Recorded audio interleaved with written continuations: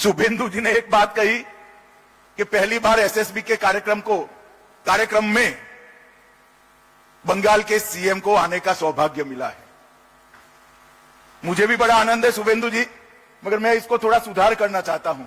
हम तो पुराने सीएम साहिबा को भी बुलाते थे, वो एसएसबी के कार्यक्रम में आना नहीं चाहती थी। हम ममता बनर्जी के हाथ पैर जोड़कर थक गए, मगर हमें भूमि नहीं दी।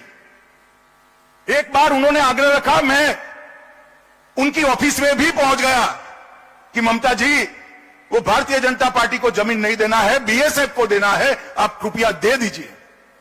हाँ बोला, मगर गई तब तक नहीं दी। मैं आज इस मंच से बंगाल की जनता का बहुत बहुत धन्यवाद करना चाहता हूं कि आपने एक राष्ट्रीय सुरक्षा को तरजीह देने वाली सरकार को चुनकर बिठाया। और मैं शुभेंदु जी की बुरी बुरी प्रशंसा करना चाहता हूं कि जब से वो आए हैं, हमें सीमा सुरक्षा के लिए जो भी सहयोग चाहिए था गृह मंत्रालय को, हम सिर्फ फोन करते हैं, पत्र तो बाद में जाता है, पहले परमिशन मिल जाती। सरकार के गठन के 45 दिन के भीतर ही 1129 एकड़ भूमि जो हम 2014 से मांगते थे, हमें मिलती नहीं थी। बीएसएफ और एसएसबी के लिए 1129 एकड़ भूमि शुभेंदु जी ने दे दिया। आज सुबह कुछ 29 एकड़ बाकी बचा है। सुबह नाश्ते पर आए तो मुझे लगा चलो उगाही करते हैं, तो बैठने के साथ ही उन्होंने कहा है 29 एकड़ का पैसा भेज दो, दूसरे ही दिन ऑर्डर हो जाएगा। 29 एकड़ का पैसा भेज दो, दूसरे ही दिन ऑर्डर हो जाएगा। मित्रों, ये तत्परता जो है वो भारतीय जनता पार्टी के मुख्यमंत्री नाते नहीं है। शुभेंदु जी मेरे मित्र हैं, मैं समझता हूं उनको। घंटों घंटों हमारी चर्चा हुई है पश्चिम बंगाल की समस्याओं के लिए। उनको मालूम है जब तक घुसपैठ नहीं रोकती, ना पश्चिम बंगाल सुरक्षित रह सकता है, ना भारत सुरक्षित रह सकता है। हम सब मानते हैं कि 7 पिल्लर पर जब आजादी के शताब्दी मनाई जाएगी, तब हमारा भारत पूरे विश्व में हर क्षेत्र में सर्वप्रथम होगा। स्वतंत्रता दिन मैं भी 2015 से लगातार लाल किले की प्राचीर पर जब जब प्रधानमंत्री जी ध्वज फहराते हैं, वो ध्वजवंदन के कार्यक्रम में मैं उपस्थित होता हूं। मगर इस बार का 80वां स्वतंत्रता दिवस का समारोह कुछ अलग ही था। 150 साल के बाद और आजादी के 80 साल के बाद लाल किले से पूर्ण रूपेण वंदे मातरम का गान देशवासियों और दुनिया ने सुना। बंकिम बाबू की यह अमर कृति, जिसने हमारे आजादी के आंदोलन में न केवल गति भरी, एक लक्ष्य दे दिया कि आजाद भारत कैसा होगा। एक ही गान से, एक ही पुस्तक की रचना कर कर उन्होंने तय कर दिया कि आजाद भारत को सांस्कृतिक राष्ट्रवाद को गले लगाते हुए आगे बढ़ना चाहिए। दुर्भाग्य की बात है कि आजादी के बाद भी, देश के टुकड़े होने के बाद भी वंदे मातरम को कभी मन से स्वीकारा नहीं गया। जन भावनाओं को देखते हुए संसद में उसका गान तो होता था, सब खड़े भी होते थे, मगर मेरे जैसे कई लोगों के हृदय में एक दुख का भाव भी होता था कि आजादी के बाद भी वंदे मातरम पूरा गा नहीं सकते। मित्रों, गृह मंत्रालय ने एक विधेयक संसद में पारित कराया और पूरे वंदे मातरम को सरकारी कार्यक्रम का हिस्सा बनाने का निर्णय लिया, और यह ऐतिहासिक निर्णय। और मैं मानता हूं इससे आने वाली पीढ़ियां, हमारे बच्चे, किशोर, युवा, वो सभी को ऋषि बंकिम चंद्र चट्टोपाध्याय जी का एक अमर संदेश उनको प्राप्त होगा। हर रोज स्कूल में जब बच्चे पूरा वंदे मातरम गाते हैं, तब निश्चित रूप से वो राष्ट्र भक्ति की भावना से ओतप्रोत होते हैं। मित्रों, प्रधानमंत्री जी ने देश को शक्ति देने वाली सप्त धाराओं का भी ऐलान किया है। मैन्युफैक्चरिंग पावर, रक्षा शक्ति, कृषि और फूड प्रोसेसिंग, ग्रीन और ब्लू इकोनॉमी, टेक्नोलॉजी और इनोवेशन, भारत का सॉफ्ट पावर और इंफ्रास्ट्रक्चर के लिए भारत की गति शक्ति, ये सभी 7 स्तंभ पर 2047 के विकसित भारत को खड़ा करने का आह्वान उन्होंने भारत के युवाओं को किया है। और इसके साथ साथ 100 गीगावाट न्यूक्लियर पावर और 8 नए सेमीकंडक्टर के यूनिट्स ये 3 ही साल में पूर्ण करने का संकल्प उन्होंने किया है। मित्रों, आज उस्ताद बिस्मिल्लाह खां का और हमारे उत्तर प्रदेश के पूर्व मुख्यमंत्री कल्याण सिंह जी की पुण्यतिथि है। बिस्मिल्लाह खां साहब ने भारतीय संगीत को पूरे विश्व के फलक पर रखने का काम किया था। अपने एक ही जीवन में कि कई जीवनों की संगीत साधना को निचोड़कर मृत्यु पर्यंत भारतीय राग रागिनी और हमारे शुद्ध शास्त्रीय संगीत को बढ़ावा देने का काम किया। मैं आज इनका एक कोट बताना चाहता हूं कि कितने बड़े व्यक्ति थे। उनको जब पूछा गया, आपने संसद में भी शहनाई बजाई है, कई राष्ट्राध्यक्षों के सामने भी आपने शहनाई बजाई है, कई बड़े बड़े जलसे में शहनाई बजाई है, आपको सबसे ज्यादा आनंद कहां मिलता है?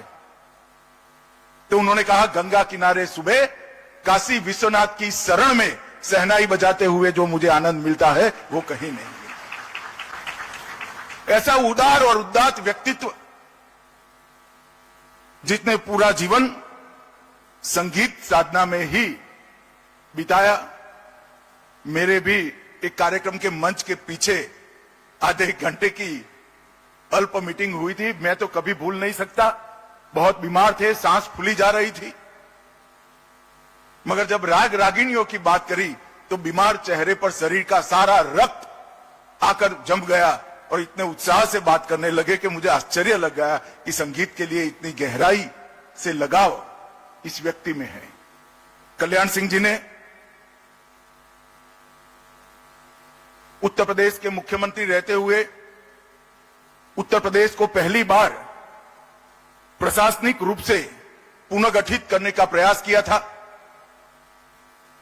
और राम जन्मभूमि आंदोलन के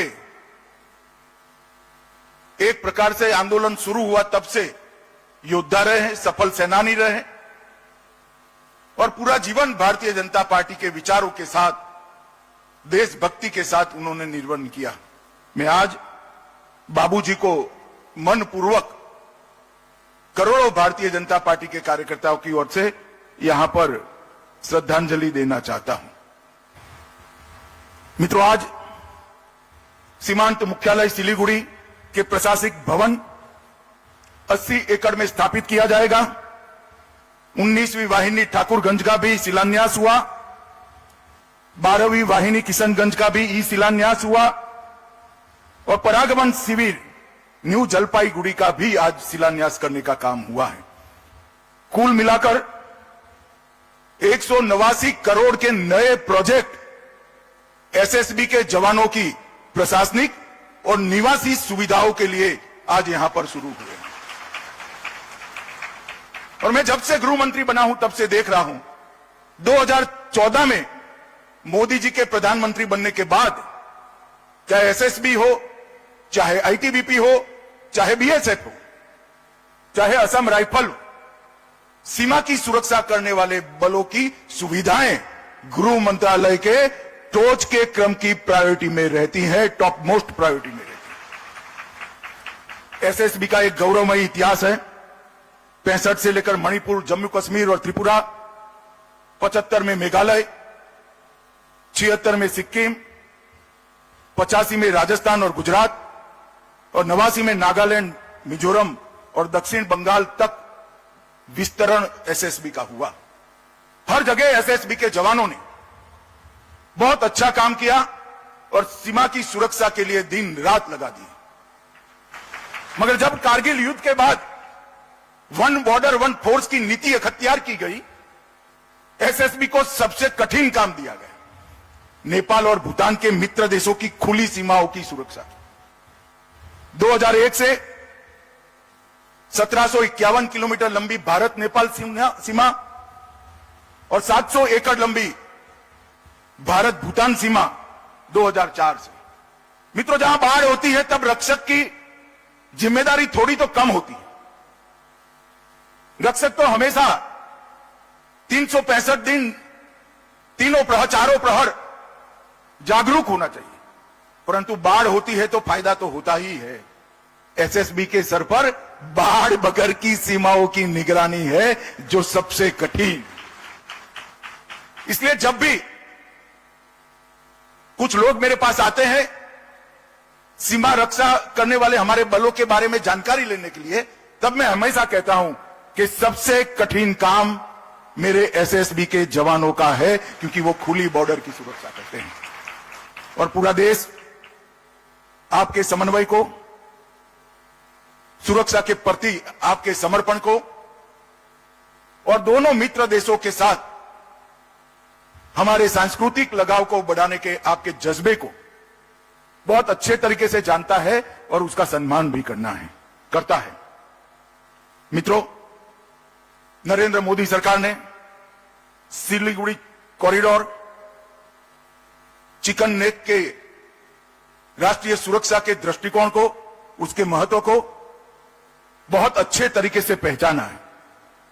8 राज्यों को जोड़ने वाला यह अत्यंत संवेदनशील महत्वपूर्ण गलियारा है। 3 अंतर्राष्ट्रीय सीमाएं नेपाल, भूटान और बांग्लादेश यही सिलीगुड़ी कॉरिडोर को लगती है और एक प्रकार से इसकी सुरक्षा राष्ट्र की सुरक्षा के साथ जुड़ी हुई है। हमने सिलीगुड़ी कॉरिडोर की सुरक्षा को अभेद बनाने के लिए त्रिकोणीय सुरक्षा ग्रिड बनाया है। चोपड़ा, किशनगंज और धुबरी, ये तीनों बेस से पूरे सिलीगुड़ी कॉरिडोर में हमने जागरूकता भी बढ़ाई है, उपस्थिति भी बढ़ाई है और यहां पर वर्चस्व भी बढ़ाया है। हमने समय समय पर तीस्ता प्रहार और ऐसे हमने कई प्रकार के अभ्यास कार्यक्रमों को भी हाथ में लिया है, मगर एक कमी थी। सिलीगुड़ी कॉरिडोर को पूर्ण रूपेण मजबूत करने के लिए भारत सरकार की एजेंसियों को 560 एकड़ भूमि चाहिए थी, जो ममता जी हमें नहीं देती थी। मैं फिर से शुभेंदु अधिकारी को अभिनंदन करना चाहता हूं, इन्होंने 560 एकड़ भूमि का सैद्धांतिक स्वीकृति हमें दे दिया है। किसी भी क्षेत्र की सुरक्षा करनी है तो सिर्फ सुरक्षा बल नहीं कर सकते। जनता की आवाजाही, प्रवास, पर्यटन, उद्योग, उसको उस क्षेत्र में लगाने से हमारी उपस्थिति बढ़ती। हमने नए बजट में 26-27 के बजट में 7 नए हाई स्पीड रेल कॉरिडोर की बात कही।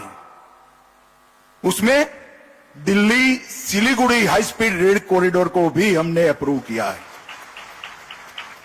मैं आज उत्तरबंग और सिलीगुड़ी के सभी निवासियों को कहना चाहता हूं, विमान में जाने की कोई जरूरत नहीं है। दिल्ली से सिलीगुड़ी आप कुछ ही घंटों में पहुंच जाएंगे, सिर्फ 2-3 साल की देरी है। हमने अमृत भारत स्टेशन के माध्यम से सिलीगुड़ी और जलपाईगुड़ी स्टेशन को विश्व कक्षा के बनाए। वाइब्रेंट विलेज कार्यक्रम 2 के माध्यम से न केवल हम गांवों को जोड़ रहे हैं, गांव में बसने वाले भारतीयों को गांवों को रोड से जोड़ रहे हैं और गांव में बसने वाले भारतीयों को हम दिल से जोड़ने का कार्यक्रम भी हमने बढ़ाया है। 6,839 करोड़ का परिव्यय की यह योजना एक प्रकार से बांग्लादेश, भूटान दोनों सीमाओं के लिए बहुत बड़ा काम करेगा।